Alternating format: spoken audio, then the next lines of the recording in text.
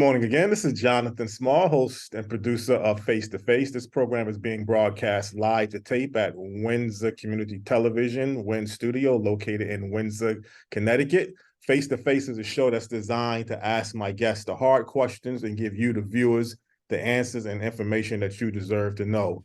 This morning on Face to Face, we have an individual who's doing tremendous things in Wake County, North Carolina, towards violence and other social initiatives. And I'll let him definitely explain a lot about what he is currently doing. The guest this morning on Face to Face is no other than the founder and CEO of the Raleigh Boots on the Ground, located in Wake County, North Carolina, no other than Gerald Givens Jr. Good morning, Gerald. How are you doing? Good morning, Jonathan. How are you doing, man? I'm doing well. Okay, it's our pleasure. Gerald, before we get into our main topic or topics for discussion, could you kind of let people know a little bit about yourself and background briefly? Yeah, well, I'm Gerald Givens Jr., and I'm born and raised in St. Louis and Detroit, Michigan. I served 20 years in the United States Air Force. I attended Lincoln University. I'm the father of two children. I have a son who lives in Jackson, Mississippi, and I have a daughter who now lives in Melbourne, Australia.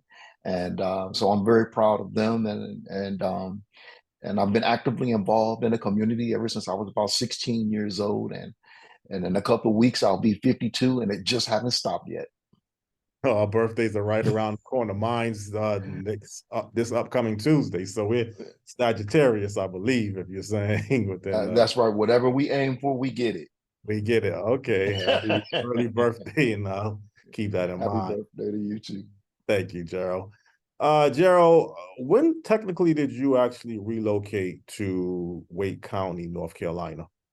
So after I retired from the United States Air Force, I started working at one of the best children's homes in the country. It was called St. Peter St. Joseph Children's Home, and there we took care of kids that were abused, abandoned, and neglected. And I was brought on in particular to help the children's home to be able to take care of those kids who were crossing the U.S. border. So I did that for a few years, and I met my who's now my wife. Uh, I met her in the process while I was there, and she lived here in North Carolina. And there was no way after I retired and settled down in San Antonio that I was going to keep my wife in San Antonio. So I moved right on over here to North Carolina. Okay. Well, Gerald, actually, the purpose of me bringing you and inviting you as a Zoom guest on this particular talk show was to talk about a recent incident that took place at South Raleigh High School that involved a student being killed and another student being sick. Again, I don't know if it's seriously injured or just injured, but also injured in the process. And I believe it's drawing a lot of attention in Wake County, North Carolina, and South Raleigh. Could you kind of first of all let people know a little bit about this particular incident that had took place this past week? Sure. Most of us were who were leaders in our community were at the funeral for the late Commissioner James West. And around 11 o'clock, start receiving text messages, phone calls, and alerts on our phone that an incident had took place at Southeast Raleigh High School. And then a few minutes later, we found out that a student had passed away. And a few of the people who were essential to the city, they left the funeral and they went over to the school. Others, we went on ahead and proceeded through the funeral. And then afterwards, I personally went over to the school, and then I went over to the police station to counsel some of the parents. And then that's when I began to understand what happened and what took place. And what happened was there was two students that began fighting each other in the hallway that led into a bigger fight amongst other students, pretty much fighting in the gymnasium. And then the student who was pretty much the target pulled out was some kind of a knife. And then he began to swing that knife and stab at least two students. one of them fatally, and the other one received, I believe, three cuts. And Mhm. he's at home recovering right now. And so we're talking about children who are the ages of 14, the young man who's now being charged with murder, 15 who passed away, and 16 who's injured. Now, I believe you spoke to the mother, and I looked at a clip of the mother of the student, I believe, who killed the student. Is this correct? That she was the one that was Yes, on the news?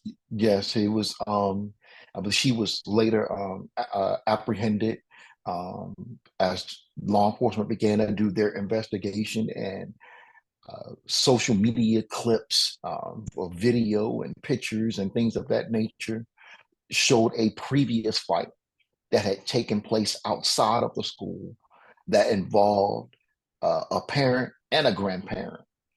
And unfortunately, the mother was involved in an altercation with some of the students, and law enforcement apprehended her maybe about a day or so later. Now, I believe this mother on the news segment that you claim was apprehended, she was indicating something about her son was trying to protect himself, that he was being bullied, and just look at it as a self-defense form. Do you think that's valid enough? Do you have any information on that take? Well, there are, different people are saying different things, and some people are saying that the young man that threw the first punch was involved in bullying not only this young man but others. So that is that characterization of him. We're hearing things about some of this may be gang affiliated, but we're trying to all get down to all the details right now. Okay, so it's the early stages of the investigation. And has the student been, like, well, you mentioned he has been arrested and charged with murder as an adult, and he's under Yes, 16 or under? he is 14 years old, Mhm. and Uh, that is a shame. right, right. You think it's a fair charge to charge him with an adult? He obviously did a adult crime, so you think that's a fair charge, in your opinion? Well, it's going to be a lot to untangle for the DA, but according to North Carolina law, based on the procedures and steps she has to follow right now, she has to charge him right now with this. Mhm. They'll be going before a judge here soon to talk about some other things in regards to that because of him being charged as an adult, things will have to transfer. So those steps are in motion. Just based on my opinion and what I've seen, it's going to be something that's going to be very tough to uh, to swallow for a lot of people inside the community. You know, carrying any weapon or having any weapon inside of a school is just illegal, Mhm. and so that carries some weight on it. So along with the charge of actually what happened once that weapon was used, so this is going to be a very tough one.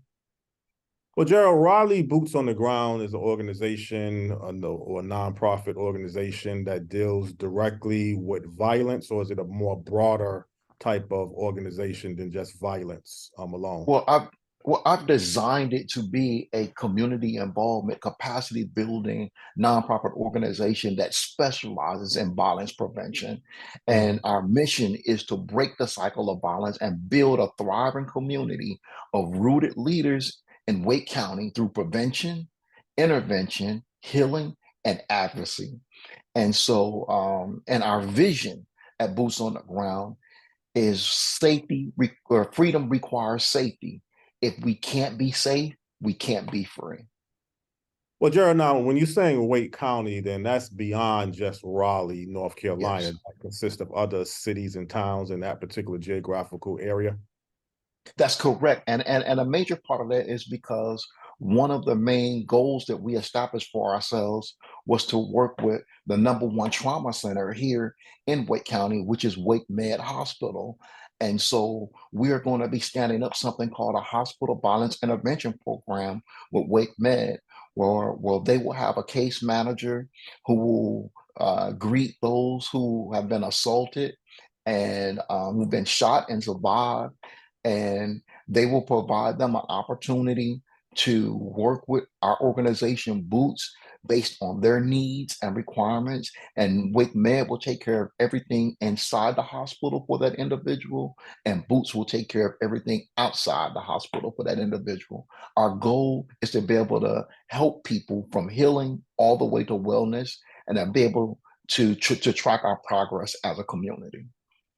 Well, Gerald, now let's get back again to Wake County.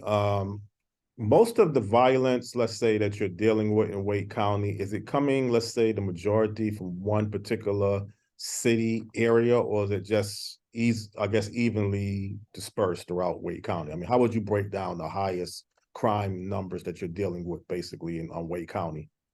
Raleigh is that area that has the most. You're dealing with assaults, thefts, robberies, um, uh, all the different variety of different crimes that you can have.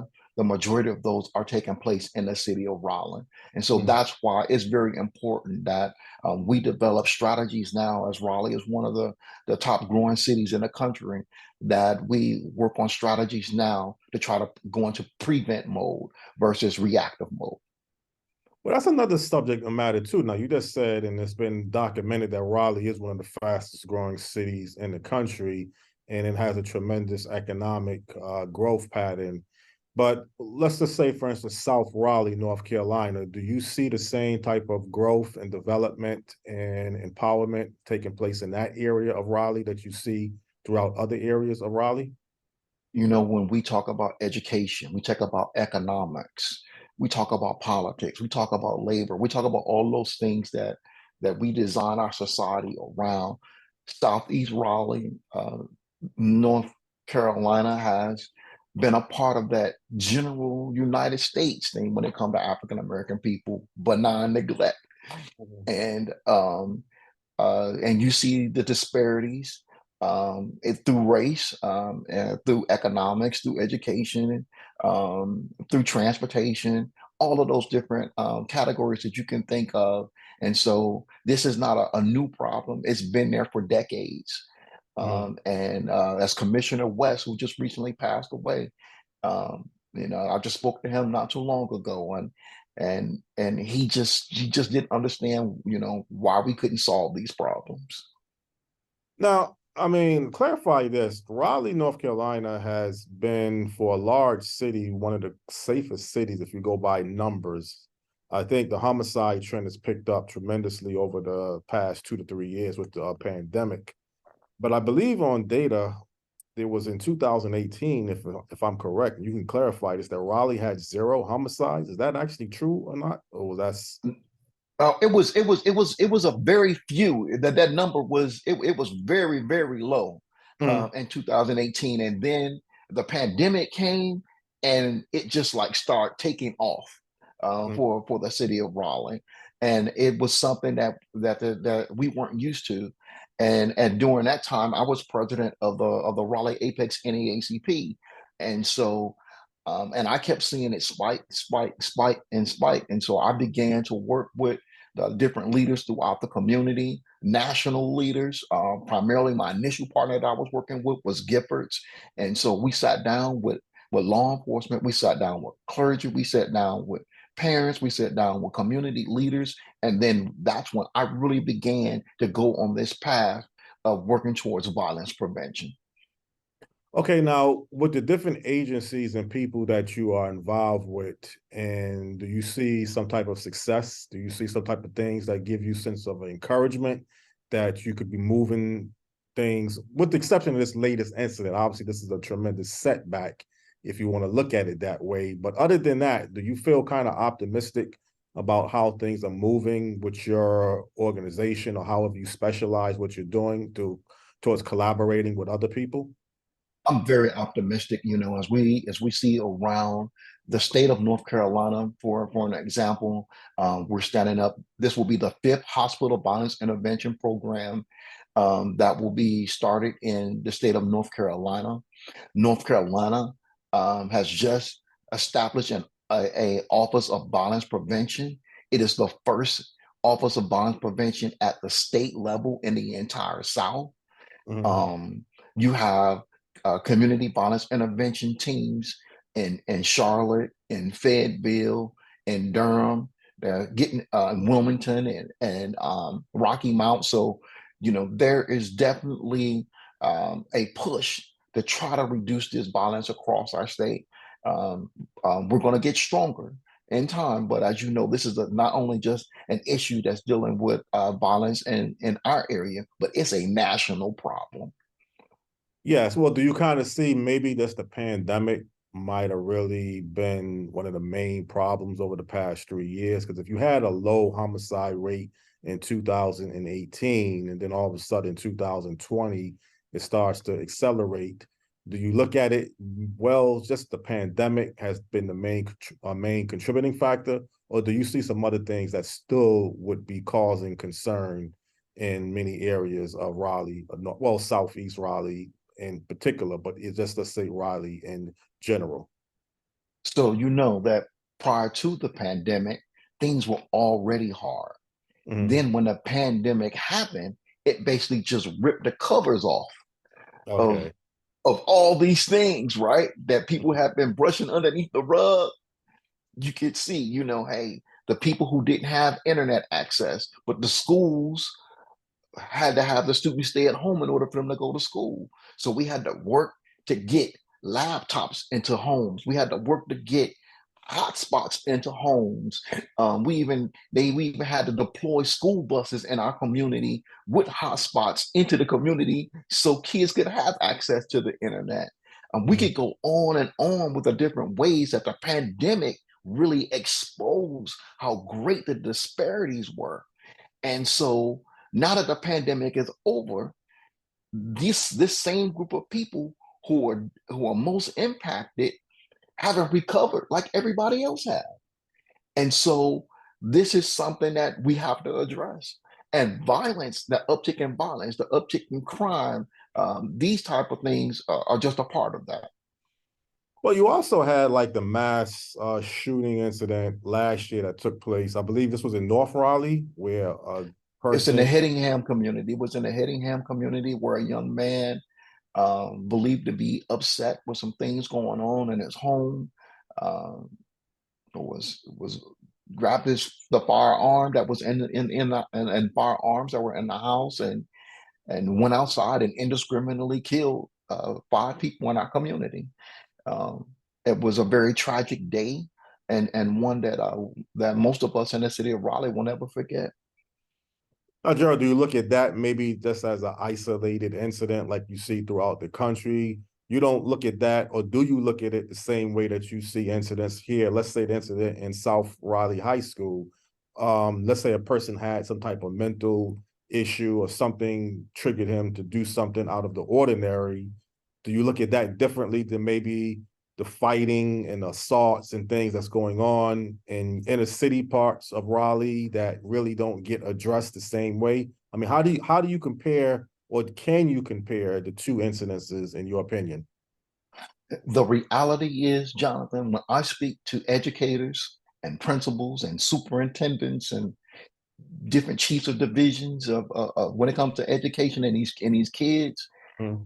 since they've come back to school, the mental health issues are something like they've never seen before in their professional careers. Mm-hmm. And so that's something as a society that we have to figure out. We have to put the resources in the community that's needed to help these kids, give them the space to have those conversations privately to help them heal. And we have to meet them where they are. One of my favorite pastors said something that reminds me about my work every single day. He says, "You got to catch the fish before you can clean it." And a Right, lot of times we're out there trying to clean the community, but we ain't caught the community yet. And right. so I think that's one of the goals that we're going to try to work on 2024, catching the community. Now, you say education, and education is really important because if kids are going to school, they're supposed to be going to school towards educating themselves and developing their self. And if kids are dealing with other underlying issues, but whether it's justified or not, worrying about your safety, worrying about how you're going to feed yourself, worrying about if you got home life issues.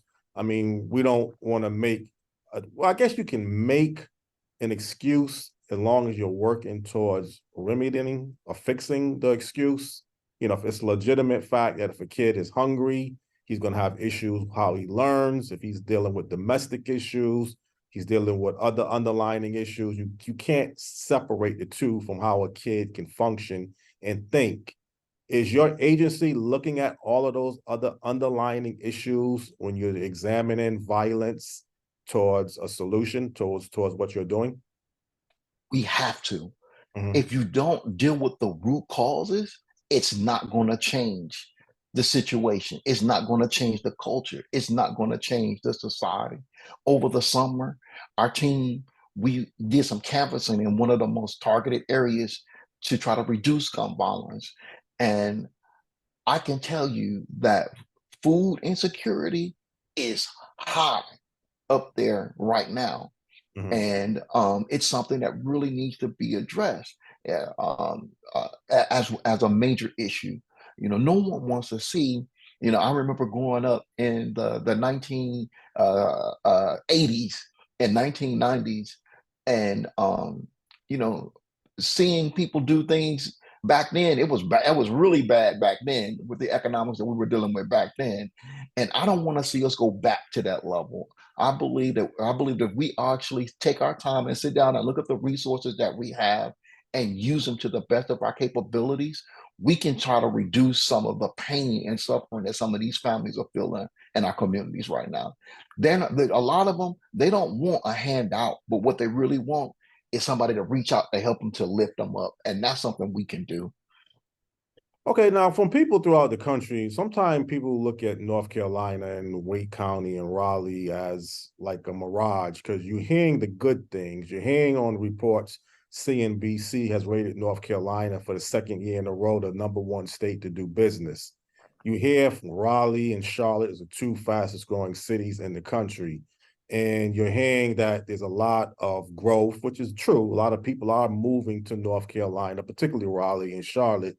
So how can that tell people that there isn't good opportunities? I mean, is it something still missing that people who live down there is saying, well, all of this great development and business growth and how we're looked at is successful, but is there something else going on down there that you think people should be aware of if you're really looking at North Carolina and Raleigh and as a whole?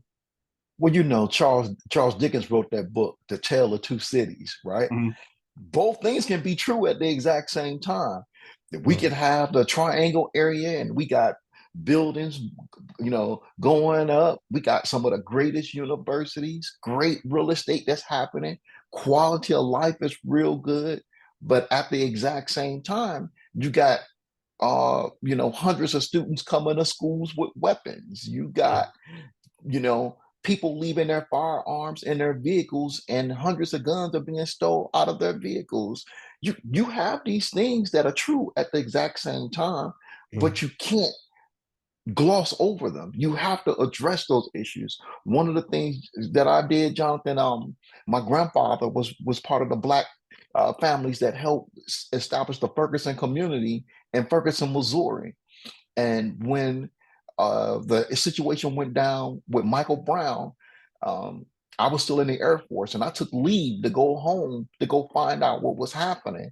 And so when I went to West Florissant Street and I saw how all the buildings had been burned, and some of them burned down to the ground, I was like, I can't believe that this is happening. And I asked the young men and young women in the community, why did y'all do this? And the answer was very simple. These people don't invest in us and it don't belong to us anyway. And I remembered that. And every time that I'm in a meeting with elected officials, with business leaders, with civic leaders, I remind them how important it is to make sure that these institutions, businesses, and other establishments that are coming into our area, that they have to have a relationship with the communities in which they are a part of. Now, Gerald, what's the response that you're getting when you make these proposals to these different people and these different organizations? Are they welcoming your suggestion with welcome arms, or is there some resistance that that's not our problem? We are dealing with other things. Could you kind of elaborate exactly what you're going up against when you're trying to promote and advocate these changes? The most important thing is being able to know the facts. And so I got together with the Raleigh Chamber of Commerce, Shaw University, which is an HBCU, and several other different institutions within the Triangle. And we got together and we committed ourselves to at least let's start to get the data that we need so that we can start dismantling these systems that are creating these disparities. So now, Jonathan, like today, I got an email today from the city talking about the disparities report and things like that. So the ball is rolling. But you have to be able to know the facts in order for you to identify what the problem is, to decide whether or not what's appropriate, what's inappropriate, and then to determine which way that you want to go, and then design a plan. But you have to get the facts first, and that's what we're doing now. Mhm. Now, for you, Gerald, even on a personal note, you've lost members of your family. Was this in your hometown of Detroit and St. Louis, or was this both North Carolina and St. Louis and Detroit? You It's lost. predominantly my family members that have died from gun violence in the city of St. Louis. I've Mhm. lost 7 family members to gun violence. I've lost my grandfather, my uncle, my brother, and 4 cousins. Most recently, I lost my 2-year-old cousin Israel, who got access to his father's firearm in October of 2020, uh, 2022, and Israel passed away. Well, there's no doubt about it when you look at data. I mean, people look at St. Louis and Detroit's one of the most violent cities in the country. And I mean, obviously, you've been a tremendous success story for yourself. You carry yourself as an honorable professional, a military background, community involvement. But you can still relate to other people who fall victims into crime and violence. I mean, how do you are able to shape your balance to say, well, I've done this and I've carried myself as a law-abiding, productive citizen, but yet you could still relate to other people who get caught up into violence, whether they're the perpetrators or they're the victims? The first step for me, I think, is that, I try to be authentic. I realize that I tell people the truth. I'm from the hood, but I'm not from the street. It's two different things. Right, right. You're from the streets, that's the brothers that been there, done that. They got the records, they've done some dirt. I haven't been a part of that. Mm-hmm. But I have been in the hood where I've had to navigate through all of that. In fact, I grew up on the west side of Detroit with a whole idea of young men under the ages of 17 standing on the corner selling drugs began. Mm. Um, the front door to our house got kicked in when I was in elementary school, and they were going through our neighborhood trying to identify all the young men between and the ages of 10 and up, and making them join a gang. And it just so happened that day I was a safety patrol. For those of you who know what a safety patrol is, that was we used to wear like these orange belts and stand on the corner and help kids cross the street after school, or on the way to school. And it just so happened I was on my post, and I wasn't at home. And when I got there, my mother was sitting there holding my baby sister and just crying, with my little brother sitting next to her as well. And so I'll never forget that. So I've been there. I've had 3 pairs of shoes took off my back, shoes off my feet, and 2 coats took off my back. So I've been through all of that. But I've always wanted to do better. And when I was 16 years old, I got on the phone and I called my grandmother. Uh, and I said, "Granny, I gotta get out of here. I want to grow up. I want to be a man." And my grandmother said the best 3 words that I've ever heard in my life: "Come on, baby." And I Mhm. never looked back. Now, where did you go when you left Detroit? You went to St. Louis? I went back to St. Louis, graduated from high school, went to Lincoln University, joined the Air Force. I lived all over the entire world. I spent 10 of my years basically in combat support, and spent another 10 years in Air Force intelligence, and that also gave me a whole nother different perspective about the world, because I was in a place that less than 1% of the nation ever got a chance to be exposed to, and even smaller than that as a Black man. Mhm. Now, some people would say, okay, if you look at St. Louis and you look at Detroit, we're not going to say it's not problems in Wade County. We're not going to say there's not real issues. But some people will look at it and say, well, it should be a lot easier to resolve the violence issues in Wade County, let's say comparable to Detroit and St. Louis, because you can go back to decades and see those two cities have always had, escalating violence and poverty. Um, do you look at it that way, that, okay, if problems like this exist here in Wade County and it's nowhere as bad as it is in Detroit or St. Louis, it definitely should be a lot easier to fix the problems there in Wade County? Or do you don't look at it that way at all? You don't like to you don't like to compare other parts of the country towards what you're dealing with? How do you stay grounded in our focus? Well, first of all, you have to acknowledge that there are the things that are similar, but you also have to acknowledge the things that are different. And there are Mm-hmm. different types of politics in St. Louis, different types of politics in Detroit, and there's definitely different types of politics here in Raleigh. And so that's what you have to realize. But when it comes to, in particular, Black and brown people, it's that same old thing that we've always had to deal with: racial discrimination, segregation. We had to deal with redlining. All of these things still have an impact on our society today. You Mm-hmm. know, my grandmother, when she bought her house in 1971, she paid the like 20 some $1,000s for her house. And you fast forward that to 2023, it's valued at like $80,000. Well, she bought that house in that community because that's the only place where Black people could buy houses in the community. Mm-hmm. But over there where the white people live, their homes are valued at over $330,000. So that's today. And then Mm-hmm. my grandmother just called me and said, "Baby, can you help me pay my taxes?" So I got to pay the taxes on my house and my grandmother's house. So Right. that's the reality that we're dealing with in 2023.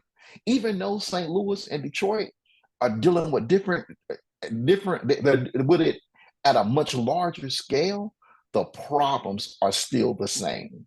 Mm-hmm. But I mean, sometimes if you look at it this way, you're in the capital city, Raleigh, that represents North Carolina. So you have the luxury of having the capital in your geographical area of Wake County. Mhm. So do you try to legislate things? Do you try to go down to the state legislative, go down to the capital, take advantage of that close proximity to say, well, this is a vehicle that we can work with? I mean, how do you benefit of having the state legislative in the capital right there in your backyard of Wake County? Absolutely. I have a great rapport with a lot of the legislators across the state of North Carolina, definitely right here in Wake County, definitely with the elected officials that we have. It is an advantage to be in the state capital. We have more resources compared to some of the smaller cities in the state, some of the smaller counties in the state, more rural areas. So definitely, we do have advantages of being in the capital city, and the sense of urgency is a little bit greater in the capital city as well. But that doesn't exempt us from being able to have the same type of macro and micro problems that you have in all of society. What's Gerald? What type of policies are you looking to implement in Wake County towards a statewide level? Like maybe a task force, maybe like a certain agency that just has more funding and more resources. Is there any one or several different particular task force or agendas that you are trying to advocate and promote that you would like to see implemented? Well, what I'm trying to do right now is I'm trying to get the state to approve $20 million for community violence intervention programs. We've done a great job with being able to fund safe storage awareness within the state. We lost the battle with dealing with the pistol permitting situation to where at one time people were required to have a permit to have a pistol in North Carolina. We lost that battle. We're trying to work on passing laws to deal with extreme risk protection orders, and we're trying to keep firearms away from religious institutions in North Carolina, and we have successfully been able to preserve the North Carolina concealed handgun permit system. So when it comes to this issue with violence and guns, we've been right on top of that. And I've had the privilege of being able to take some of those kids from Sandy Hook who survived that shooting there to go meet two of our North Carolina senators. And I believe to this day that that had influence on those two senators signing on to and taking the lead and being a part of the Safer Communities Act, the first federal legislation from the federal government on guns in about 30 years. And so that legislative piece is a huge part of the process. It's something we can't neglect. That sounds like to me you're collaborating even throughout the country because you mentioned Sandy Hook in Connecticut, and you was able to really network and work towards that particular area of the state or that particular area of the country. So you sometimes you even go outside of North Carolina with some of your initiatives. Absolutely. I've been across the country. One of my fondest experiences was actually going down to Los Angeles, working with the Asian American community and several others all together to help, put the final touches on the Safer Communities Act, along with a couple of legislators. So that was one of the great experiences that I've had. And you have to look at this from that perspective, especially from how it was for me growing up in Detroit. You know, I'm the only boy on my block that grew up to become a man, and that includes my little brother. Mhm. So when I saw these kids from Parkland get out there in the street and say that they want to change, I was like, I've been saying that since I was 10 years old. Let me get out here and support these kids.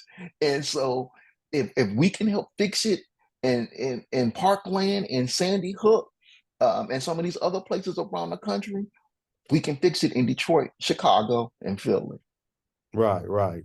But again, Raleigh boots on the ground is really committed towards Wake County. And although you do go outside of North Carolina in different areas or different times, you still stay focused on Wake County as your main mission. And obviously, do you feel your organization as a nonprofit is getting the type of funding and resources from year to year that you think is needed? Our meeting coming up this Tuesday with our city manager and the mayor and our police chief, discussing funding. I'm at the table with the county discussing funding. Yesterday, I met with the Office of Violence Prevention at the state level. I've had the opportunity to work with all levels of government in dealing with this issue here in North Carolina, as well as Wake County and in the city of Raleigh. So I definitely feel like there is the awareness there and the support there to try to keep our community as safe as possible. They clearly understand the vision that we have at Boots, that freedom requires safety, that if we can't be safe, it's impossible for us to be free. Now, again, Gerald, that incident that took place at South Raleigh High School, is everything kind of back to normal? Now, I know they had the school shut down for a day or so. Going into the end of the week, going into next week, do you feel like everything is kind of back on track the way it's supposed to be, or is there still some precautionary moves that you are concerned with that you would like to still monitor there? The law enforcement agencies have stepped up the in patrols and everything around the area of the schools and things of that nature to make the students feel safe. The parents still feel comfortable about sending their kids back to school and making sure that the teachers feel safe as well. So then this coming up weekend on Sunday, a group of pastors, they will be holding an event over at the Word of God Church, and encouraging the community to come out and express how they feel and to provide spiritual leadership for the community. And then on Monday evening, the school district is going to host a forum to allow the community to come together and express how they feel. I've had the opportunity to meet this week with educators, parents, elected officials. We all came together with the Wake County Public School System, and we had a meeting. So um, everyone's trying right now. Everyone's in that mode of we have to do something. We have to change. Okay, so that still gives you some sense of encouragement. I mean, obviously, you can't take away the tragedy that took place in that particular school, but definitely you want to see that it's not well, you want to see that something could be looked at towards a proactionary method going forward. And I think it sounds like to me you're definitely involved with many different aspects and many different levels of involvement. And that's real critical when you say a solution, because at least you are involved. At least you kind of know what's going on. At least you kind of know who to go to, which agency to go to. So you're not really lost. You're just dealing with a magnitude of sometimes a major problem, and you might feel like you're not getting anywhere. But I think tremendously for what you're explaining this morning, you are really stepping out and doing some strong initiatives moving forward. And I think Wake County should definitely be commended of having someone like yourself who represents Raleigh boots on the ground towards what you're doing. And thank you also very much for that. And you know, I credit a lot of my motivation for what I'm trying to do to Dr. King. In his last book, it was titled "Where Do We Go From Here? Chaos or Community?" Mm-hmm. He saw the possibility of where we would go if we didn't fix our values, our morals, and some of those problems that you and I talked about: food, education, labor, all those different types of issues. All those things can lead to violence. I can tell you this as somebody who served 20 years in the United States military. The hot spots in this world are where there is high poverty. You Mm-hmm. don't see the hot spots being the areas where it's nice and or the neighborhood 800 credit scores, all that different type of stuff. You don't find those hot spots in those areas. We have to make sure that everybody here, their human rights, that there is a quality of life for everybody. We can't leave people behind. But one last thing, and then we're actually running out of time on this particular segment. You just said something about poverty. What is kind of keeping, let's say, Wake County, when you have the research triangle, you have the universities, you have the businesses, Apple and Google planning to put their regional headquarters in Raleigh or Wake County? What's keeping it from, let's say, trickling down, or other companies and businesses are not trying to expand in areas of Wake County that really don't have that type of investment? Have you ever thought about something that needs to be in place to bring those type of opportunities to those undeveloped areas of Wake County? It's great to have those things and it's great to have those things in our community, but you still got to deal with those people who, before all of that stuff start coming to the triangle, you Mm-hmm. still had people who were poor, who were disadvantaged, who have been, disenfranchised. Like I said, benign neglect. All those things are real, and you can't just close your eyes to them. You just can't, turn your head, and walk away from them. You have to deal with those problems, or those problems will deal with you. You don't look at this as, let's say, a capitalistic society that some people say socialism and capitalism don't work together. Do you look at it sometime, maybe what's growing in Wake County might be a form of capitalistic structure towards taking the talent, the best, and moving with that and letting the least kind of fend for themselves? Or do you think socialism and capitalism can work together in this global economy? Neither one of them are the correct solution. Mm, Capitalism or socialism, in my opinion, neither one of them are the correct solution. Capitalism gave you slavery, right? right. So, so we definitely know that ain't the best solution. So, it's kind of like we're going to have to be able to find a balance. My daddy told me, he said, too much of anything is bad for you. He said, you get too much oxygen, you will burn up. You get too little, you will choke. You have to balance it. And I think that's what we're struggling for right now in every aspect of American society, trying to find the correct balance.